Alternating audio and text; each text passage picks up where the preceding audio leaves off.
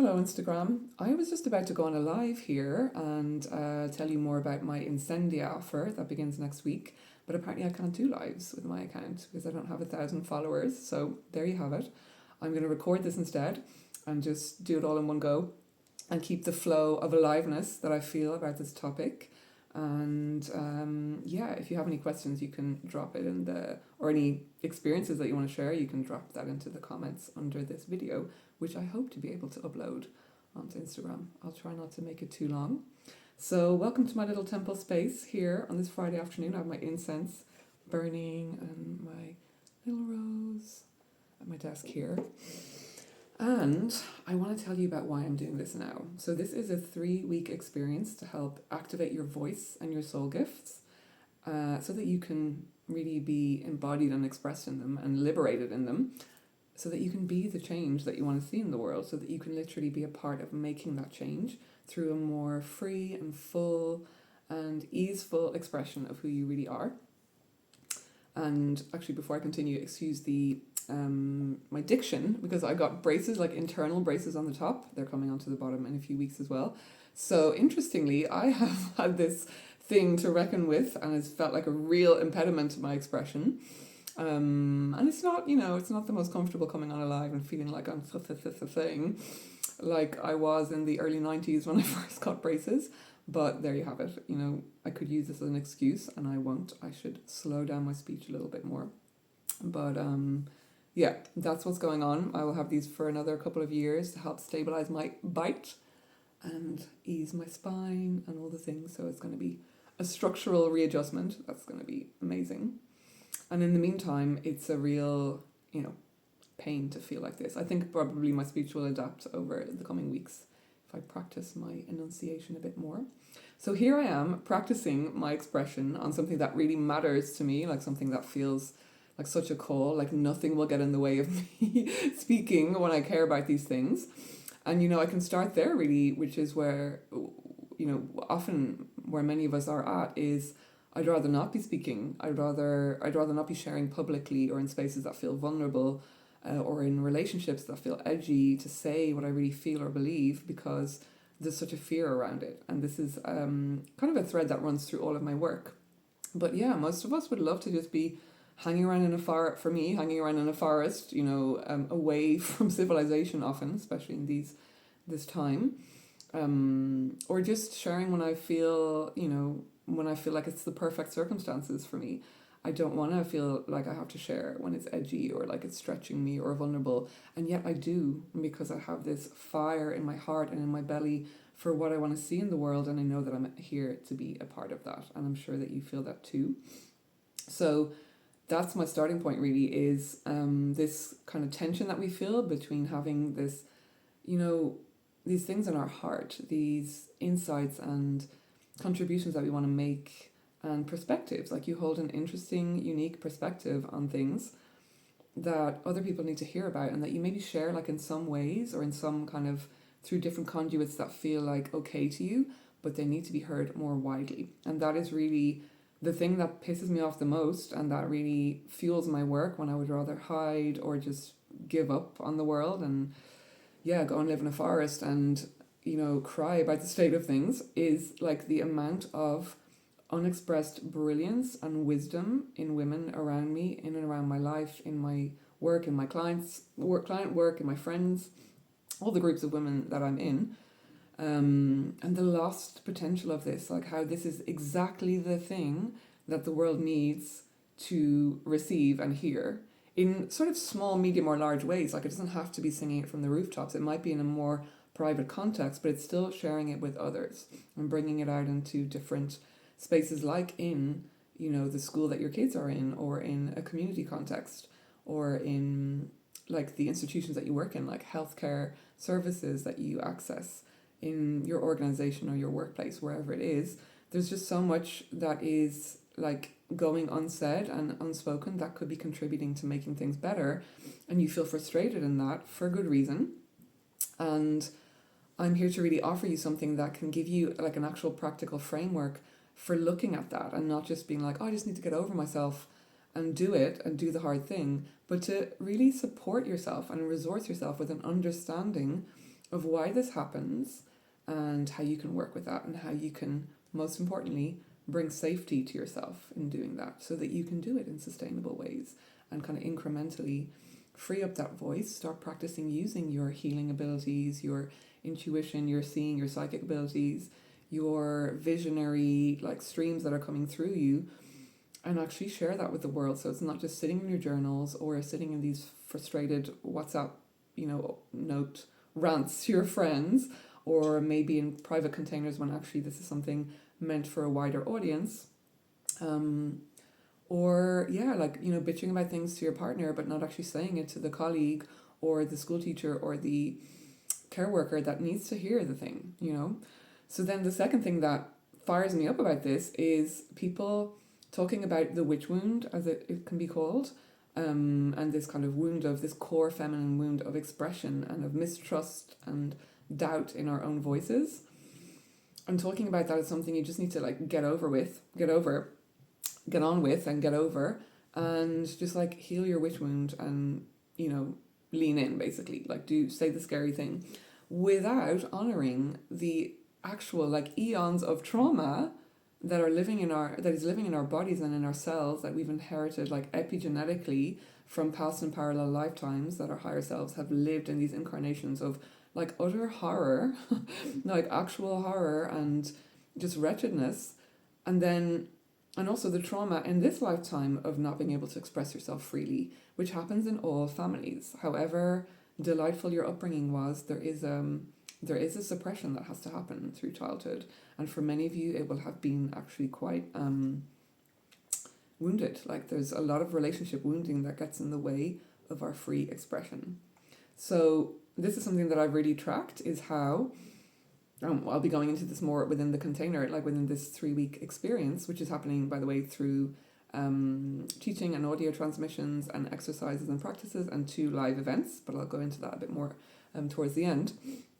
But what I've really tracked is how this kind of bigger, nebulous witch wound idea of the fear that women hold to speak clearly, and I mean, we look around the world now and we know why, and then your kind of personal witch wound, it actually matches and correlates with childhood wounding. So the very particular themes that you've experienced in your lifetime growing up as an infant, pre-verbally, and then when you started to talk and walk and explore the world, the very specific way that happened and the way that was shaped and thwarted is, I see, a direct correlation between that and the specific witch wound that you hold from past lifetimes or parallel, incarnations in different timelines. So this is so important because it's, we need to heal at different levels, energetically, spiritually, mentally, belief systems, emotionally, somatically, energetically, and physically, materially, in our actual bodies, and heal the trauma that lives in our bodies and create safety. So yeah, there's the kind of higher level healing, and we can heal a huge amount in the energetic realms, and often the key does lie there, one of the keys lies there, and we still have to then practice expressing ourselves in this life, and that's where I see the most entrenched, really, really entrenched, sort of never-ending, repetitive blocks that people experience, and they're not being addressed. So this is why I created this container, to start giving you some tools around that and giving you some ahas and connections and insights about how your particular experiences, early childhood experiences of expressing yourself, or what the unspoken norms were, or the very loudly spoken, do's and don'ts were, and shoulds, and the pressures on you, and all of the kind of roles and things that were imprinted on you, how that actually is a key to healing your witch wound, and how they're not separate things. And it's often this is the incarnation that we're in, right? This is the lifetime that you are in. It's 2026, the world is the way it is. We came here for a reason. Instagram is here to help me for a reason. We have the tools, we have the internet, we have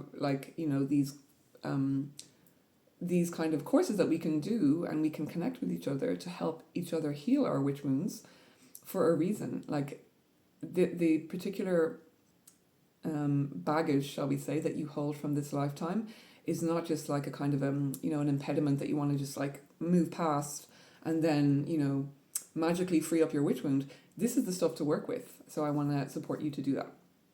And yeah, so this is like a thread that runs through all of my work, is this theme of freeing up your expression. I encounter so many brilliant women who are so like nuanced and discerning and like quite intellectual and quite like very, very sort of, you know, discerning and rational and reasonable in many ways, and also incredibly intuitive and psychic and quite humble and understated about that. So not so inclined to impose themselves, or not so inclined to be the one to sort of shout things out loudly or want to take the mic, even though you're probably burning to inside and you're longing to be heard and like bursting and brimming with all of these insights that you want to share, and you do wish at some level that you were being recognized for this and receiving the recognition that you're due, because you hold a lot of wisdom.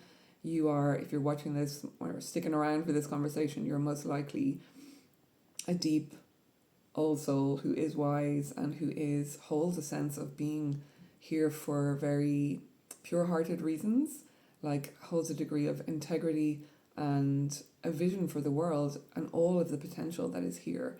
And so it's devastating to see the very opposite. But these women that I work with, perhaps like yourself, are so nuanced about it, and then meanwhile just sitting on all of this wisdom, it's not getting expressed, and meanwhile other people who are louder and have like maybe a more simple kind of hard-hitting message are getting all the airtime. And then worse than that, people who are very distorted and damaged, and you know, we have like very, very problematic sort of toddler-like behavior, you know, running the world at the moment. Very dysregulated toddlers psychologically and psycho-emotionally who are ostensibly leadership right now. And so this is so infuriating to me that these wise women like yourselves, like literally 50% of the population, are perspectives. And not all women are equally wise, but you know what I mean? Like women in general, our voices are not contributing, are like missing perspectives to how things should be run. Like everything from, as I said, like, you know, adapting schools to the needs of your neurodivergent children, like the sensitivities to, you know, to how we want to parent more consciously nowadays, how, you know, security seatbelts need to take into account women's bodies in cars. Like literally we're missing from everywhere. And even though there's a lot of awareness on this now, it still hasn't changed. And so whether or not your role is in those domains, you have a role somewhere. Like the things that you care about, the things that fire you up, it's maybe not what I'm talking about, and it's maybe not to do with an overt role as someone who sees herself as like being in an oracle, you know, expression or a channel. Maybe it's different, it's a different sector, but there's a deep wisdom that you hold that needs to be brought out to impact on that area. And it's being suppressed, and that is not okay anymore. Like this is, you know, got to change. So as I said, this is a thread that runs through all of my work, but I've pulled out this special focus on freeing up your voice because it's the block that I see all the time. It's a through line. And I want to see more women feeling confident and secure in using your intuitive gifts, like not just your voice, but using your psychic seeing, your channeling, the wisdom streams coming from, you know, different dimensions beyond this world that are here to actually create healing and widespread change, and to do that in a way that honors who you are. And so what's important, and what I'll be holding space for in this, or what I'll be, you know, offering you resources on, is to zoom in on the specific blocks and the specific fears that are coming up for you that keep suppressing your expression, and to give you tools to work through that. So, you know, just to share it before I finish a little bit more about me, why I care so much about this is because this, of course, has been my journey too, you know, from psychotherapist to, which was like already a big change in my life, like in my mid-30s, to like that was kind of within an accepted domain, you know, even though it is very esoteric in many ways, but to branch out from that into essentially what is spiritual guidance work and the role of a priestess, the way we see priests, right, is being a conduit for people to access soul, spirit, the divine, but also within them, and reflecting that, and, you know, being a sacred space holder for that which is divine in life. All of those things. it took me a long time to get around to owning the fact that that is actually a huge part of my role here, and to growing what was very much more like traditional psychotherapy work into psycho-spiritual work and then coaching. And the way that I did it was also very gradual and slow, and required a lot of safety. It required for me to build safety in my body, to understand my particular wounding around my expression and my voice, the loyalties, the unconscious loyalties that we hold to our parents, all of that stuff, to the lineage. How dare we branch out and do something so shockingly not self-appointed, but that is not coming from the manuals, from the instruction manuals or the books. It's coming from your gnosis, like your direct knowing. And so that took a while for me to bring through my insights, like the messages and symbols I was getting in client sessions. I was kind of sitting on a lot of stuff that was intel that I could have been using, whether or not I was directly sharing that with the person.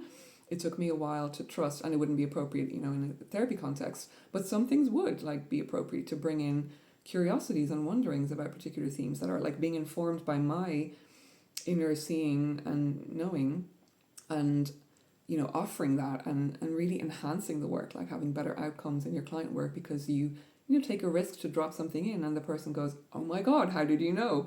And then it opens up something really big while remaining in their power. So we remain in our power, in integrity with what we're sharing, and do it in a way that is very judiciously, that is discerning. And that's something that I teach in the intuitive development strand more of my work. But doing it in a way that works for you and that feels safe within the current sector that you work in, bringing in more of your witchy gifts in that sector, or branching out into other work and daring to do that if you know that it's actually something that your soul is calling you to do.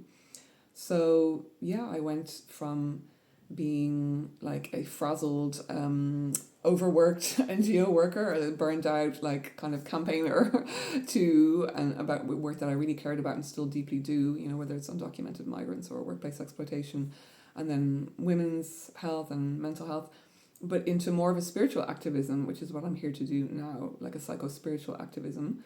And so there's something for you as well that burns in your heart that you want to share about.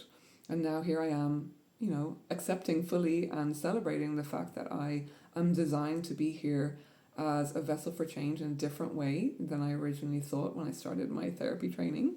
And then sometimes that includes, oracular transmissions that are coming from my soul, my higher self, guides, guidance from beyond, that is really practical and helps people in their lives and helps to heal. And, for you, it might be using your healing abilities, like going beyond maybe the Reiki training certificate that you've done, to really own that you have your own healing modality that is meant to come through and is meant to heal very specific people.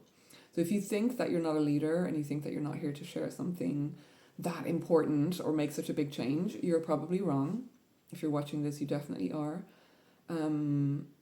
It's not just about vast numbers, it's about specific people who need to hear things the way you voice them, in the energy that you hold, with the life experience that you have, with the very unique blend of perspectives, life experience, spiritual memories, and soul access that you have is needed. It is needed, and it is needed now at this time. We can't wait anymore. The world is burning, and we need to step up and relax and express in a way that is safe and secure and supported.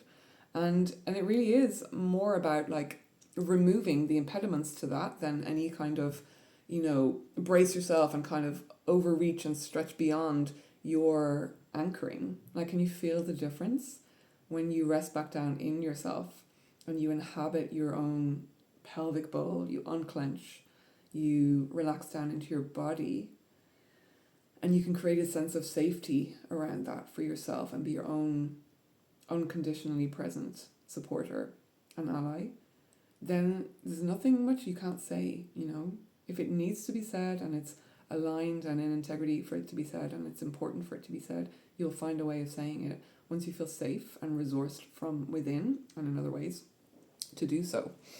So yeah, as I was saying, it's not about the call to, this call to, it's not a call to arms, it's a call to expression and to congruence with INCENDIA. For those of you who are incensed with the state of the world and you hold this fire, inside of you, this soul fire, this pure-hearted soul fire, it's not, as I said, a kind of stretching beyond your capacity where you have to be all like rah rah rah at all. It's more, paradoxically, of a dropping into yourself and being so deeply at home and in tune with yourself that you're then free to share and share whatever's important to share.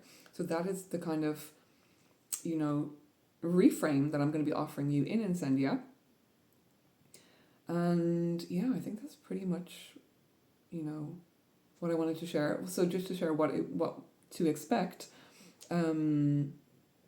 it's going to be 3 weeks of emails with audio, like an audio transmission every few days. It won't be like a bombardment. There'll be some smaller ones and some bigger ones. Audio trainings and practices, worksheets and implementation exercises as well. So you get to actually dig in and look at it and like address this finally, not just be like, oh, I have a witch wound, I'm going to be silent for the rest of this incarnation. No, no. You can't get away with just having your witch wound forever. That's not why you came here this time around, you know? So we're going to like dig in, and there's an invitation for you to really get stuck into the reflection and the exercises. And then also there's going to be 2 live group circles at the beginning and the end of so 3 weeks of content and then a week's integration and reflection and digestion. So you can recalibrate and settle. Your brain can digest, your body, your cells, your energy field can digest what you've just been through. And then there'll be another event at the end. So it's a month in full, but it's 3 weeks, like 21 days of kind of focus on this. And then there'll be another event at the end. And these are 2 temple events at the Sovereign Oracle Sanctuary, which you're invited to attend. So I'm opening up the sanctuary for this Incendia activation, immersion focus, because the women in the sanctuary, this is very much the work that we, you know, are invested in together. So if you're a member of the sanctuary, it's included. So that's also an option if you want to join, or you've been kind of like, you know, observing and wondering, is this for you? Now would be a great time to join, because you get the Incendia immersion as part of it. And so 2 events, 3 weeks of kind of content and resources to help you work through stuff. And really the 3 main aims are to understand what is silencing you, to then work on creating a secure base of trust and belonging for yourself, to support yourself, to unsilence, to unsuppress yourself, and to liberate that expression. And then the 3rd is to practice speaking up on your terms, like to actually get into a container and a space where you're being invited and asked to practice doing the opposite, like incrementally, bit by bit, in contexts that feel right to you, being on your safe edge and practicing speaking up where it matters, and like getting into that habit as the new normal, and that groove being inbuilt as like, oh, this is now safe. Like the women in my spaces, and I bet you sure for you and in other spaces, if you look back on 6 months ago, I bet you the stuff that you're doing now or saying now that there's no way you would have done 6 months ago. And now is the time, like astrologically, energetically, collectively, you know, geopolitically, all of it, like now is the time for women's voices to be heard and expressed and released, especially yours, dear wise one, especially yours. So that's it really. The 3 weeks will be week 1, beyond the witch wound. Week 2, become your own safe space. Week 3, speak up on your terms. There's more information on it in my bio. And yeah, if you think about all the situations where you're actually like muzzling yourself and it's getting stuck in your throat or building up in your body, and you have like sort of, you know, liverish symptoms like they would speak of in traditional Chinese medicine, where there's like a frustration is like eating you up from the inside, and your organs or maybe your skin, or like it literally creates physical symptoms when we don't express, and leads to all sorts of pathologies, and not to mention your own frustration and misery and this ongoing like negative loop of self-doubt, and then beating yourself up for not being able to speak up when you're not actually giving yourself the support that is needed to kindly but firmly support yourself out of that in a safe way. So whether it is, you know, being able to post your take online on something that is actually really true to your, you know, dear to your heart, and to speak up about injustices that you see without collapsing or shaming yourself or diluting your words, like, you know, kind of sort of saying it but not really saying it and just totally diluting your words. Or whether it is around things like school policies that are like not actually working for you and your family, or healthcare or childcare policies, or it could even be in your own personal relationships, like with your partner, or with family members or in-laws or people closer to your inner circle, that you get the fears and the jitters and this sort of like disproportionately life-threatening fear about saying the thing when it's an important thing to say, or you fear that you'll be misunderstood. And maybe for you, it's actually that you've been sitting on these incredible intuitive gifts that you have and you want to develop them more, but you're scared to practice and you just don't know how to begin doing that. This is your opportunity to, go from continuing to let that be this sort of thing that sits in your journals as like unexplored desire or unexpressed desire or kind of like lost cause, to being like, I'm moving with this. I'm going to free this up. I'm going to allow that life force energy. Like Incendia is very much about the fire, not, as I said, this sort of shouty, like, firebombing people. It's about the life force energy within you. If you just drop back down in, unclench the pelvis, get yourself into a situation and create these little nurturing cocoons for yourself and explore the practices that support you. And you feel the power of your presence from inside and you are in contact with your soul. It's like so easy to express, It's safe in this lifetime. Nothing bad will happen. The worst case scenario won't happen. And even if it's something close to that does,